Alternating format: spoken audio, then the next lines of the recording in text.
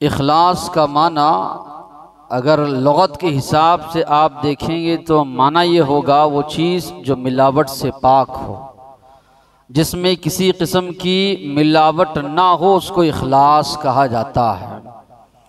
शरीयत में इखलास उसको कहा जाता है जो भी अमल आप अल्लाह को राज़ी करने के लिए कर रहे हैं, सिर्फ़ और सिर्फ आपका ये मकसद है कि अल्लाह मुझसे राज़ी हो जाए, अल्लाह के अलावा किसी को दिखाना, किसी को दिखावे के लिए अमल करना उसमें शामिल ना हो, तो इसको शरीयत में जो है इखलास कहा जाता है। दुनियावी लिहाज से अगर एक इंसान गौर फ़िक्र करे, एक मुसलमान गौर फ़िक्र करे, कई चीज़ें ऐसी हैं जो इंसान को उभारती है कि इंसान उसके लिए भी अमल करे। कभी कभी इंसान तारीफ़ सुनना पसंद करता है, कुछ लोग तारीफ़ करते हैं तो इंसान के दिल में जो है ये जज्बा पैदा होता है कि और अच्छे अंदाज में ये काम करूँगा। अगर ये मकसद अगर इंसान के अंदर आ जाए तो इखलास वहाँ से ख़त्म हो जाता है। या किसी के दिल में मोहब्बत पैदा करने का जज्बा, या किसी की नफ़रत से बचने का जज्बा, या इसी तरह कोई जाह मनसब या इसी तरह ओहदा इंसान को चाहिए, इसलिए इंसान लोगों के सामने जो है अपने आप को जो है बनावटी बनाकर पेश करता है। तो ये सारी चीज़ें इखलास की ज़िद है कि इंसान तारीफ़ सुनना पसंद करे, या इसी तरह किसी को खुश करने के लिए काम करे, या किसी जाह ओहदा या इसी तरह किसी और मकसद के लिए करे, ये सारी चीज़ें इखलास का ज़िद है। तो इखलास के माने ये है कि जो भी अमल आप कर रहे हैं अल्लाह हमसे राज़ी हो, अल्लाह को राज़ी करना मकसद। उलमा ने लिखा है 4 चीज़ें इखलास के अंदर पाया जाना ज़रूरी है, तभी आपके अंदर इखलास होगा। ये 4 चीज़ें ना हो तो इखलास आपके अंदर नहीं होगा। पहली चीज़, जो भी आप अमल करें अल्लाह की रज़ा के लिए और ये तसव्वुर रखते हुए कि अल्लाह हमको देख रहा है, अल्लाह हमको देख रहा है, ये तसव्वुर इंसान के दिल में जब आ जाता है रियाकारी का, दिखावे का जज्बा उसके अंदर से ख़त्म हो जाता है। इसलिए अल्लाह के नबी ने फरमाया अंतअबुदल्लाह कअन्नका तराह, इबादत करो अल्लाह की ऐसे जैसे तुम अल्लाह को देख रहे हो। ये तो मुमकिन नहीं है। फिर अल्लाह के नबी ने फरमाया इन्नहु यराक, इस नीयत, इस इरादे, इस यकीन के साथ अल्लाह की इबादत करो कि अल्लाह तुमको देख रहा। ये जज्बा यकीन अगर इंसान के अंदर हो, मेरे अमाल को, इसी तरह मेरे करतूत को, मेरे कामों को अल्लाह देख रहा है, इखलास उसके अंदर पैदा होगा, रियाकारी इसी तरह दिखावा वहाँ से चला जाएगा। दूसरा, इंसान जो भी नेक अमल कर रहा है, नेक अमल करते हुए वो ये माने कि ये बहुत बड़ा अल्लाह का एहसान है कि अल्लाह ने मुझे इस बात की तौफीक दी। इतने सारे लोग हैं, सारे लोगों में अल्लाह ने मेरा इंतखाब किया, मुझे अल्लाह तबारक व तआला ने चुन लिया ये नेक काम के लिए। ये अल्लाह तबारक व तआला का बहुत बड़ा एहसान है। इसकी वजह से इंसान के अंदर से खुद पसंदी ख़त्म होगी। आम तौर पर होता यह है कि नेकियों के ज़रिए शैतान इंसानों पर हमलावर होता है। इंसान ये करने लगता है मैं नेक हूँ, मैं नमाज़ों का पाबंद हूँ, मैं फला नेकी के काम अंजाम दे रहा हूँ, फला लोगों की फलाह व बहबूदी के काम कर रहा हूँ। इंसान के अंदर खुद पसंदी आ जाती है, लोगों को इंसान कमतर समझने लगता है। यहाँ से इंसान का ज़वाल शुरू होता है और इखलास यहाँ से ख़त्म होने लगता है जब इंसान अपने आप की इसी तरह खुद पसंदी इंसान के अंदर पैदा होती है। बल्कि नेक अमल करते हुए इंसान दिल में ये फ़िक्र, ये जज्बा पैदा करे अल्लाह का बहुत बड़ा शुक्र है, इतने लोग हैं, इतने लोगों के मुकाबले में अल्लाह ने मुझे किसी इदारे की खिदमत के लिए चुना, किसी मस्जिद की खिदमत के लिए चुना, किसी यतीम खाने की खिदमत के लिए चुना, लोगों की फलाह व बहबूदी के लिए अल्लाह ने चुना। इंसान के अंदर ये चीज़ होनी चाहिए कि सब के मुकाबले में अल्लाह तबारक व तआला ने मेरा इंतखाब किया। फिर इसी तरह जो भी अमल कर रहा है इंसान, उसके अंदर ठहराव हो, जल्दबाजी ना हो, मुसलसल उस काम को अंजाम दे। अल्लाह के नबी ने फरमाया ये जल्दबाजी शैतान की तरफ से, जोश में आकर कर देना, होश खो देना, बाद में अमल को तर्क कर देना, ये भी इखलास के मुनाफी है। अल्लाह को वो काम पसंदीदा है, थोड़ा भी है मगर आप मुसलसल कर रहे हैं, पाबंदी के साथ आप कर रहे हैं, वो अमल अल्लाह तबारक व तआला को बहुत ज़्यादा पसंदीदा है। अमल करने के बाद डर खौफ ये लगा हुआ हो, कहीं मेरा ये अमल अल्लाह रद्द ना कर दे, कहीं अल्लाह तबारक व तआला मेरे इस अमल को कबूल ना करे, ये डर लगा हुआ रहे। काबतुल्लाह जो अल्लाह का सबसे पहला घर है, लोगों की इबादत के लिए बनाया गया। इब्राहीम अलैहिस्सलाम, इस्माइल अलैहिस्सलाम पत्थर ढोड़ो के ला रहे हैं, बड़ी मेहनत से अल्लाह का घर तामीर करने के बाद अल्लाह से दुआ कर रहे हैं, रब्बना तक़ब्बल मिन्ना, अल्लाह हमारे इस अमल को तो कबूल फरमा। तो अमल करने के बाद इंसान अल्लाह से दुआ भी करता रहे, डर खौफ भी उसको लगा रहे, कहीं ये अमल मेरा मरदूद ना हो जाए। तो ये चार चीज़ें अगर आ जाएं अमल में, यकीनन आपके अमल में खुलूस पैदा होगा, इखलास पैदा होगा, लिल्लाहियत उसके अंदर आएगी, अल्लाह को राज़ी करने का जज्बा उसके अंदर पैदा होगा। कुरान और हदीस का मुताला करते हैं तो ये बात हमारे सामने आती है, इखलास की अहमियत अमल के लिए या दीन में ऐसी ही है जैसे इंसान के जिस्म में रूह की अहमियत।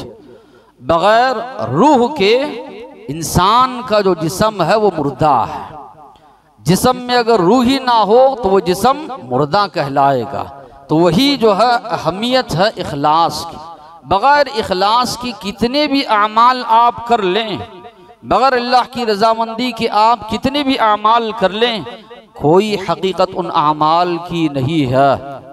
कोई अमल अल्लाह के पास काबिल कबूल नहीं है, कोई हैसियत उन अमाल की अल्लाह तबारक व तआला के पास नहीं है। तो मालूम ये हुआ, ये इखलास का ताल्लुक हमारे दिल से है। दिल के अमाल में से एक अमल इखलास भी है। इसलिए अल्लाह तबारक व तआला इंसानों के चेहरों को नहीं देखते। चेहरा बनाने वाला तो अल्लाह है, सूरतगरी करने वाला तो अल्लाह है। लक़द खलक़नल इंसान फ़ी अहसनि तक़वीम, हमने बेहतरीन सांचे में, बेहतरीन साख्त में, बेहतरीन सूरत शक्ल में इंसान को हमने पैदा किया। ये तो पैदा करने वाला अल्लाह है। अल्लाह के नबी ने फरमाया, ना अल्लाह तुम्हारे मालो दौलत को देखता है, मालो दौलत देने वाला भी अल्लाह। ला यंदुरुल्लाहु इला सुवरिकुम व अमवालिकुम, न अल्लाह तुम्हारी सूरतों को देखता है, न तुम्हारे माल को देखता है। वलाकिन यंदुरु इला कुलूबिकुम, अल्लाह तुम्हारे दिलों को देखता है। व अमालिकुम, तुम्हारे अमाल को देखता है। किस जज्बे से तुम अमल कर रहे हो, किस इखलास से तुम अमल कर रहे हो, अल्लाह तुम्हारे दिलों को देखता है, तुम्हारे अमाल को देखता है। सूरह बय्यिना आप उठाएंगे तो वहाँ पर इखलास की अहमियत को वादह करते हुए अल्लाह ने फरमाया, ये सिर्फ उम्मत मुहम्मदिया ही को नहीं, पहले जितनी उम्मतें गुजरी है उन उम्मतों को भी अल्लाह ने इसी बात का हुक्म दिया था, इबादत करो, बंदगी करो, खुलूस के साथ, इखलास के साथ, अल्लाह की रजामंदी को चाहते हुए, अल्लाह को राज़ी करने की नीयत से इबादत व बंदगी करो। अल्लाह ने फरमाया, वमा उमिरू इल्ला लियअबुदुल्लाह मुखलिसीन लहुद्दीन हुनफा व युकीमुस्सलात व युअतुज़्ज़कात व ज़ालिका दीनुल क़य्यिमा, और उन्हें इसी बात का हुक्म दिया गया था कि इबादत करें अल्लाह की खुलूस के साथ, इखलास के साथ। हुनफा, आप इब्राहीम अलैहिस्सलाम का तस्करा पढ़ेंगे, जगह जगह अल्लाह ने कहा हनीफ, कहा हनीफा मुस्लिमा। इब्राहीम अलैहिस्सलाम हनीफ थे, मुसलमान थे। हनीफ के माने अल्लाह के अलावा इस कायनात में, सरजमीन पर जिसकी भी इबादत बंदगी की जाती है उससे कट कर, उससे एराज करके, उससे बेजारगी का इजहार करते हुए एक अल्लाह की इबादत करना, इसको हनीफ कहा जाता है। तो अल्लाह ताला फरमा रहे हैं, हुनफा यकसू होकर अल्लाह की इबादत करो। इस बात का हुक्म दिया गया था, युकीमुस्सलाह, नमाज कायम करें, वयुतु ज़कात, ज़कात अदा करें, वज़ालिका दीनुल क़य्यिमा, यही सही दुरुस्त मजबूत दीन अल्लाह ने कहा। तो मुफस्सिरीन ने लिखा है कई बातों का इस आयत में अल्लाह ने हुक्म दिया। एक, इबादत करो अल्लाह की। दूसरा, इबादत में अल्लाह के किसी को शरीक ना ठहराओ। बड़ी बड़ी इबादतें जो दीन इस्लाम की है, नमाज ये अल्लाह के लिए, ज़कात ये अल्लाह की खातिर जो है निकालो, अल्लाह की रज़ा की खातिर। अल्लाह ने फरमाया अगर ये चीज़ें तुम्हारे अंदर है, यही दुरुस्त दीन है, यही मजबूत दीन है। तो मालूम ये हुआ उम्मत मुस्लिमा को जहाँ हुक्म दिया गया, पहली की उम्मतों को भी अल्लाह ने इस बात का हुक्म दिया था इखलास के साथ वो अल्लाह की इबादत करे, बंदगी करें। अला लिल्लाहि दीनुल खालिस, अल्लाह ने कहा सुनो, अगर खुलूस के साथ इबादत की जाए तो वो सिर्फ और सिर्फ अल्लाह की। तो बात अल्लाह ताला इस आयत करीमा में ये फरमा रहे हैं, वही अमल अल्लाह कबूल फरमाते हैं जिसमें इखलास हो। अबू उमामा रज़ियल्लाहु अन्हु फरमाते हैं एक सहाबी अल्लाह के नबी के पास आए और कहने लगे, ए नबी करीम सल्लल्लाहु अलैहि वसल्लम, एक आदमी इस नियत से, इस इरादे से लड़ता है या जंग करता है कि सवाब भी उसको मिले और साथ ही साथ में शोहरत भी उसको मिले। दोनों उसकी नीयतें, अल्लाह से सवाब की उम्मीद भी वो रखता है और साथ ही साथ में शोहरत तलबी भी है। अल्लाह के नबी ने फरमाया ला शक, कोई सवाब उसको नहीं मिलेगा। 3 मरतबा सहाबी ने पूछा, अल्लाह के नबी सवाब की भी उम्मीद है, शोहरत भी वो चाहता है। 3 मरतबा भी अल्लाह के नबी ने ही जवाब दिया ला शक, कोई उसको सवाब मिलने वाला नहीं है। उसके बाद हदीस के अल्फाज अल्लाह के नबी ने फरमाया, इन्नल्लाह ला यक़बलु मिनल अमल इल्ला मा कान खालिसन, अल्लाह ताला उसी अमल को कबूल करता है जो खुलूस के साथ किया जाए। वब्तुगिया बिही वजहुहु, उसके जरिए उसकी रजामंदी हासिल करना मकसूद हो, यही अल्लाह तबारक व तआला अमल को कबूल फरमाते हैं। तो मालूम ये हुआ शोहरत तलबी हो, जाह तलबी हो या कोई और मकसद हो, उसको सवाब मिलने वाला नहीं है। यहाँ पर तो जिहाद की बात की जा रही है, जंग की बात की जा रही है, जिसमें इंसान अपना जान, अपना माल सब कुछ कुर्बान करने के लिए अल्लाह के रास्ते में निकल पड़ता है। लेकिन साथ ही साथ में ये भी उसका इरादा है, नीयत है, मुझे शोहरत हासिल हो, लोग बहादुर करें। अल्लाह के नबी ने फरमाया ला शै, कोई सवाब उसको मिलने वाला नहीं है। उसके बाद अल्लाह के नबी ने वजाहत की, वही अमल अल्लाह कबूल फरमाते हैं जो अल्लाह को राजी करने के लिए किया जाए। प्यारे नबी मोहम्मद सल्लल्लाहु अलैहि वसल्लम को भी अल्लाह तबारक व तआला ने इसी बात का हुक्म दिया और उसके ज़रिए आप सल्लल्लाहु अलैहि वसल्लम के ज़रिए सारी उम्मत को भी इसी बात का हुक्म दिया गया है कि अपने अमाल में इखलास पैदा करो, खुलूस पैदा करो, लिल्लाहियत पैदा करो, अल्लाह को राज़ी करने के लिए अमल करो। कुल, आप कहिए, इन्नी उमिरत, मुझे हुक्म दिया गया है, अन अअबुदल्लाह, कि मैं अल्लाह की इबादत करूं। किस तरह? मुखलिसन लहुद्दीन, उसी के लिए इताअत फरमा बरदारी, दीन को खालिस करते हो। उमिरत, मुझे हुक्म दिया गया है, किस बात का? अन अअबुदल्लाह, कि मैं अल्लाह की इबादत करूं। कैसे तरीके से? इखलास के साथ। कुल, ए नबी आप फरमाइए, इन्ना सलाती, यकीनन मेरी नमाज, व नुसुकी, मेरी कुर्बानी, व महयाया, मेरा जिंदा रहना, व ममाती, मेरा मरना, लिल्लाह, अल्लाह के लिए है, रब्बुल आलमीन, जो सारे जहानों का परवरदिगार है, पालनहार है। तो कहा गया नमाज भी अल्लाह के लिए, कुर्बानी भी अल्लाह के लिए, इंसान की ज़िंदगी और मौत भी अल्लाह के लिए, जो सारे जहानों का पालनहार है। तो अल्लाह तबारक व तआला ने नबी करीम सल्लल्लाहु अलैहि वसल्लम को हुक्म दिया, नमाजों के बाद जो अस्कार पढ़े जाते हैं उनमें एक दुआ ये भी है, ला इलाहा इल्लल्लाह वहदहु ला शरीक लह, लहुल मुल्क व लहुल हम्द व हुवा अला कुल्ली शैइन क़दीर, ला हौला व ला कुव्वता इल्ला बिल्लाह, ला इलाहा इल्लल्लाह व ला नअबुदु इल्ला इय्याह, लहुन निअमतु व लहुल फज़्ल व लहुस सनाउल हसन, ला इलाहा इल्लल्लाह मुखलिसीन लहुद्दीन वलौ करिहल काफिरून। अल्लाह के नबी को ने आप सल्लल्लाहु अलैहि वसल्लम ने ये दुआ सिखाई। अल्लाह के अलावा कोई माबूद नहीं, उसका कोई शरीक नहीं है। अल्लाह की तौफीक के बगैर न जो है नेकी करने की जो है ताकत है, न गुनाह से बचने की क़ुव्वत है। अल्लाह के अलावा कोई माबूद नहीं, वही नेमतें अता करने वाला है। सारे का सारा फजलो करम उसी का है और उसी की सब हर किस्म की तारीफ़ है। हम अकेले अल्लाह की इबादत करते हैं, खालिस उसी के लिए इखलास के साथ। अगरचे कि कुफ़ार और मुशरिकीन इसको नापसंद करें, तो वो दुआएं जो सिखाई गई उनमें से भी दुआ है, उसमें भी यही तसव्वुर हमको दिया गया है कि इबादत करो, बंदगी करो इखलास के साथ। इखलास का ताल्लुक जिस तरह के मैंने कहा दिल से है, और सारी नियतों का ताल्लुक भी दिल से है। इसलिए अल्लाह के नबी ने फरमाया इन्नमल अमालु बिन्नियात, और सारे अमाल का दारोमदार नियतों पर है। तो बात क्या समझ में आई? सारे अमाल का दारोमदार नियतों पर है, नियत का ताल्लुक दिल से है, और खुलूस लिल्लाहियत का ताल्लुक भी दिल से रखा गया है। तो नियत में जो इंसान जैसे इरादा करता है, जैसे जो है उसकी नियत होती है, वैसे बदला यकीनन अल्लाह उसको अता करते हैं। मान बिन यजीद रज़ियल्लाहु अन्हु फरमाते हैं, मेरे वालिद ज़कात सदक़ात खैरात का माल लेकर गए मस्जिद को, और मस्जिद में रखवा कर एक आदमी के पास रख दिए। कोई मिस्कीन वगैरह आए तो उसको ये माल दे देना।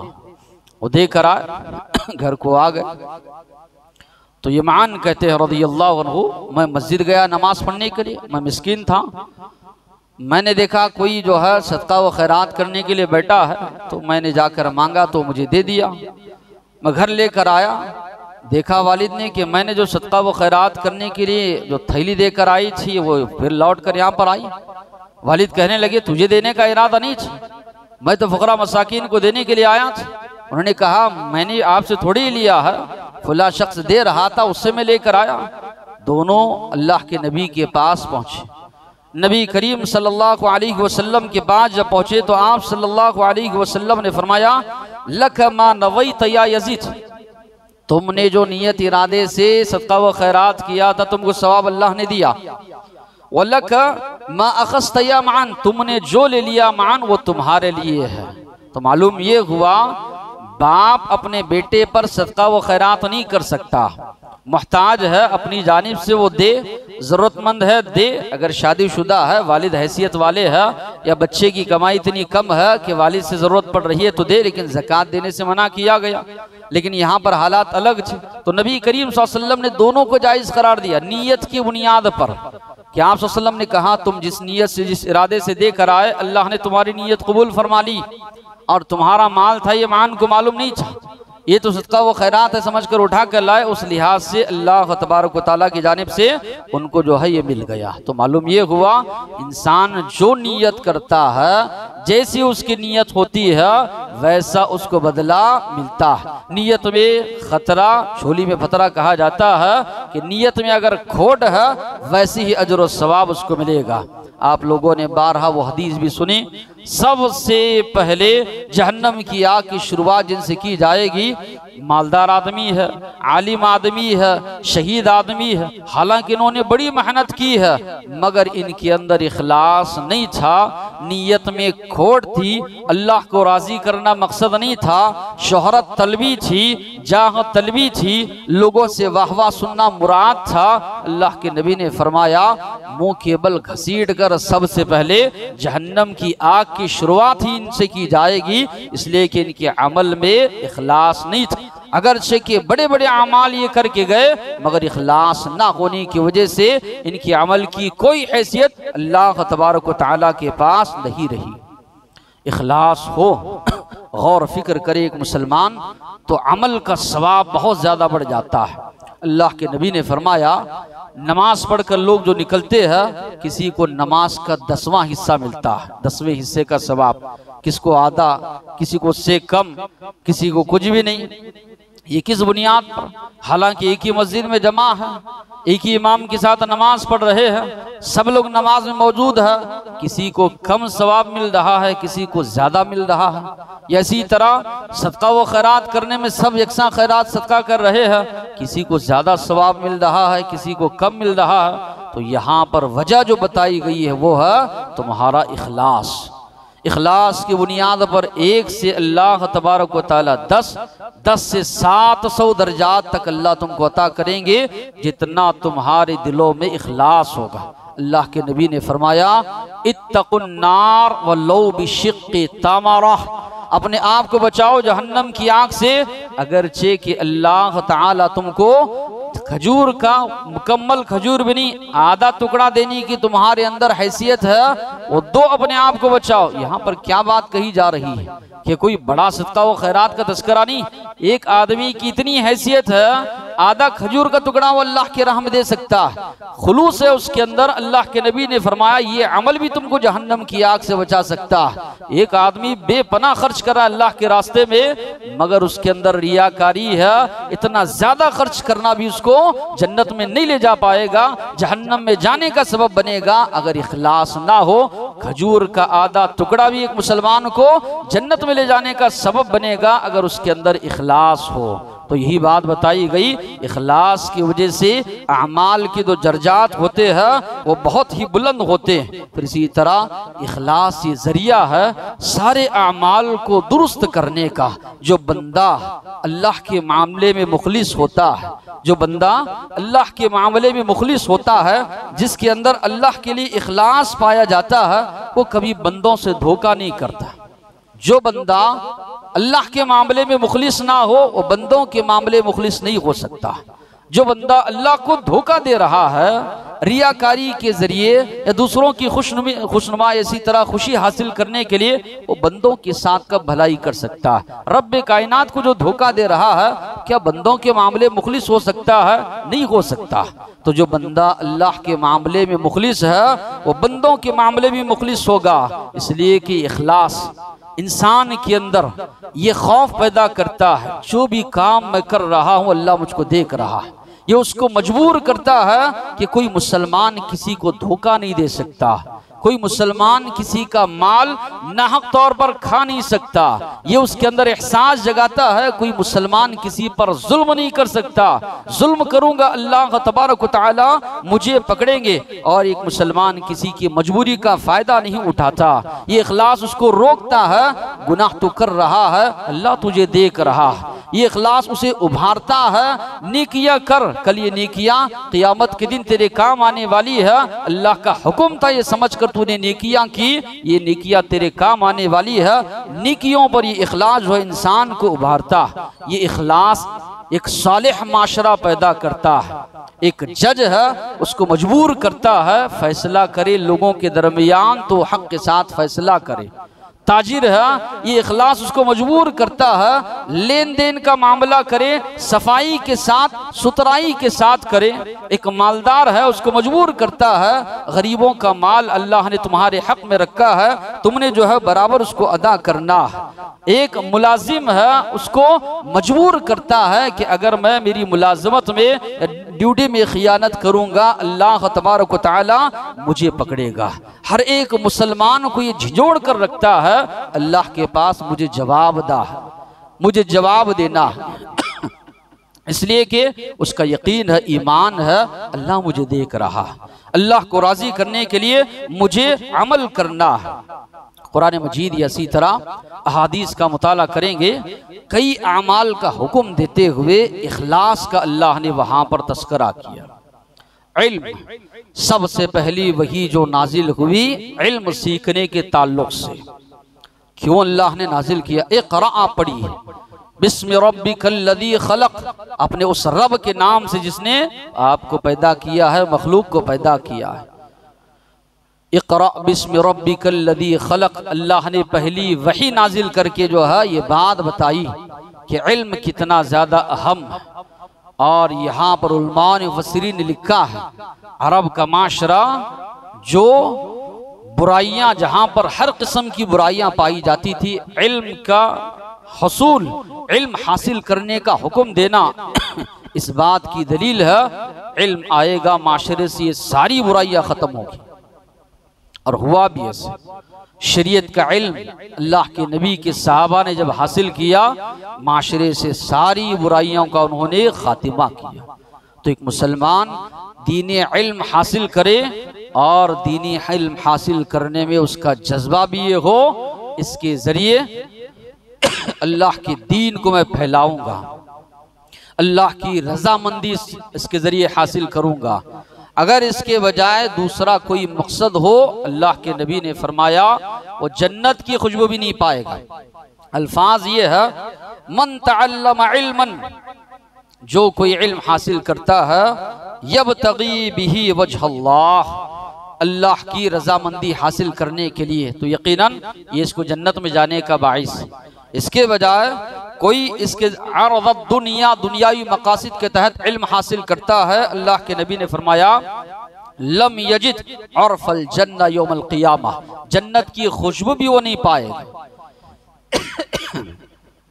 आज हमारा अलमिया देखिए, दुनियावी इल्म है, दीनी इल्म है, दोनों रखकर एक मुसलमान से आप सवाल कीजिए कौन सा इल्म अफजल है। मुसलमान कहेगा, ये सवाल भी किया जा सकता है, दीनी इल्म को जो है दुनियावी इल्म के मुकाबले में रखा जा सकता है।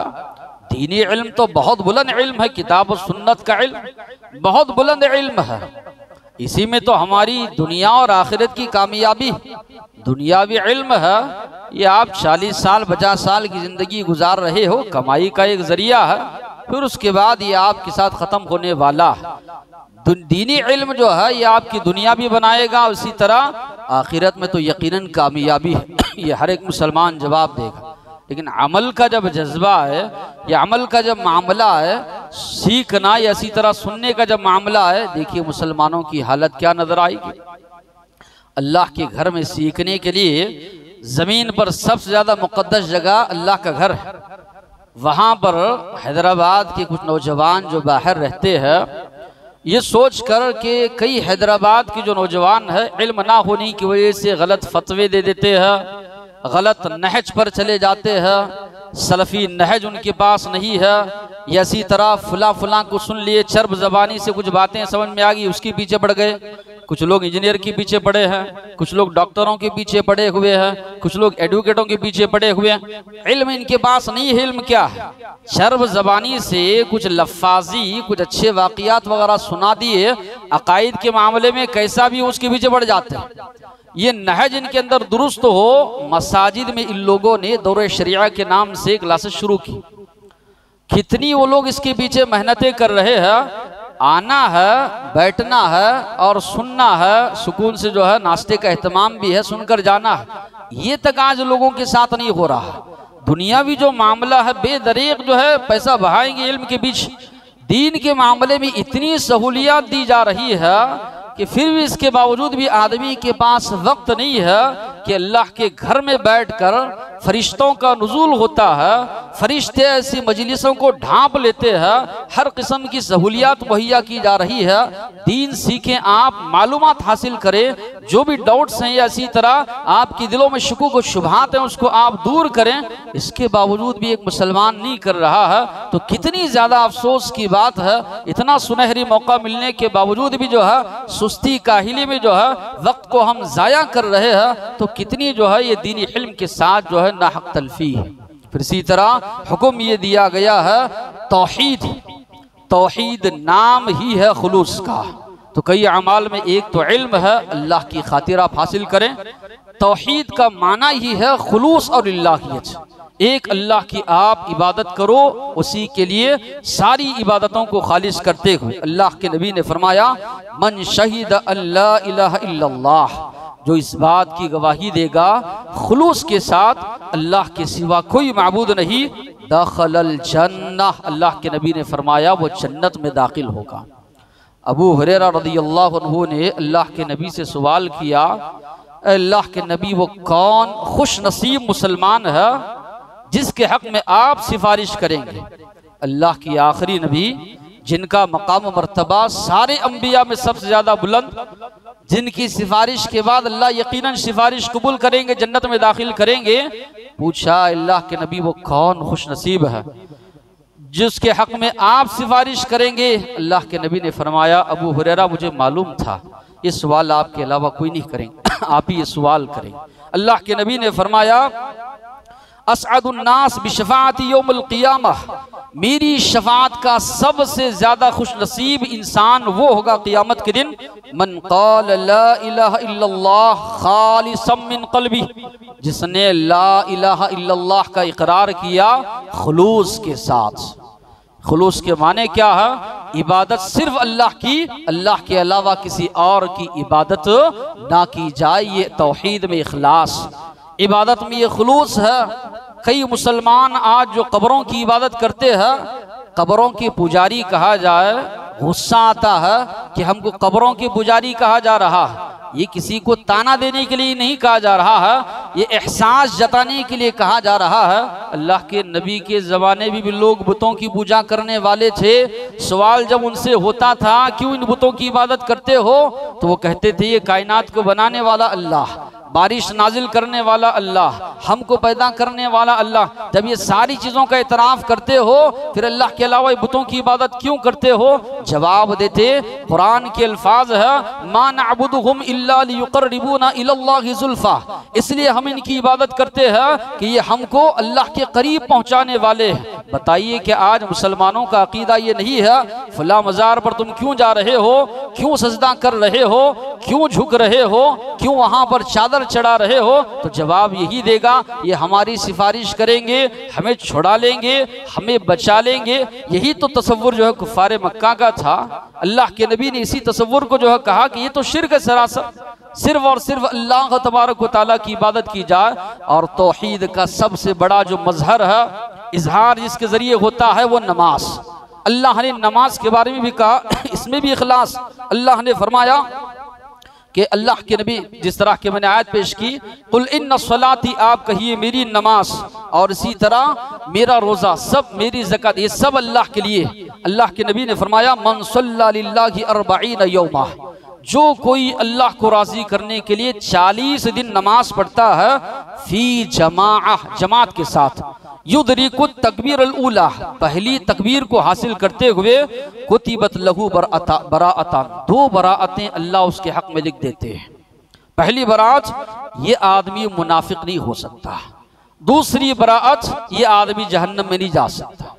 जो आदमी नमाजों की भी पाबंदी कर रहा है, तकबीर ऊला के साथ कर रहा है, अल्लाह के नबी ने फरमाया 2 बराअतें अल्लाह उसके हक में लिख देते हैं कि ये आदमी मुनाफिक नहीं हो सकता। निफाक से बरात, ये बात भी सोचने की जरूरत, कई लोग नमाज तो पढ़ते हैं, दूसरी सफ में रहेंगे हमेशा, थोड़ा कोशिश करेंगे तो तकबीर उला वो हासिल कर सकते हैं। अल्लाह के नबी फरमा रहे हैं 40 दिन अगर कोई पाबंदी कर रहा है, ये बराअत अल्लाह तबारक व तआला उसके हक में लिख देते हैं। तो यहाँ पर भी अल्फाज जो है, मन सल्ला लिल्लाह, जो अल्लाह के लिए नमाज पढ़ता है। तो नमाज जो है ये तौहीद का सबसे बड़ा इजहार है। रुकू आप कर रहे हैं, ये तसव्वुर दिलाया जा रहा है कि झुकना सिर्फ अल्लाह के सामने। सजदा आप कर रहे हैं, ये तसव्वुर दिलाया जा रहा है सजदा अगर किया जा सकता है तो अल्लाह के सामने। पेट में मुंडी डालकर सलाम करना बच्चों को सिखाते हैं, हराम शिर्क है। बड़ों का एहतराम करना है, झुक कर सलाम करना कहाँ का तरीका है? सलाम तो जबान से करना है, झुक कर ये नवाबी सलाम जो सिखाया जा रहा है, ये तो सरासर शिर्क है।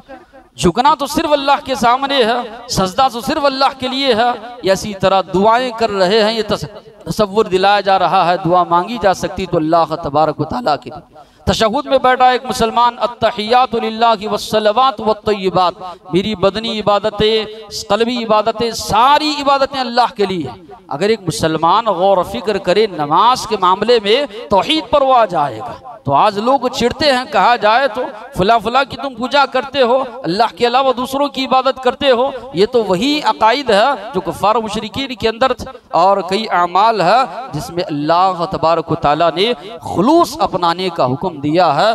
खुलूस है, लिल्लाहियत है। आपका छोटा अमल भी अल्लाह के पास बहुत बड़ा होगा। खुलूस लिल्लाहियत नहीं है, कितने भी अमाल आप कर ले वो सारे अमाल ज़ाया है।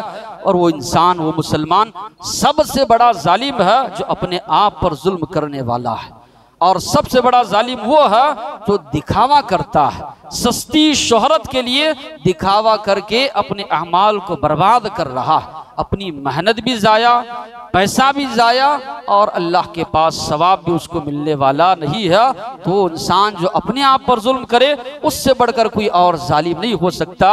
इंसानों को दिखाकर इंसान को क्या मिलने वाला है, उसको दिखाने के लिए अमल करो जिसके पास तुम्हें सिला मिलने वाला है। अल्लाह के नबी ने फरमाया, मन सल्ला युराई फ़क़द अशरक, जिसने दिखावे के लिए नमाज पढ़ी उसने शिर्क किया।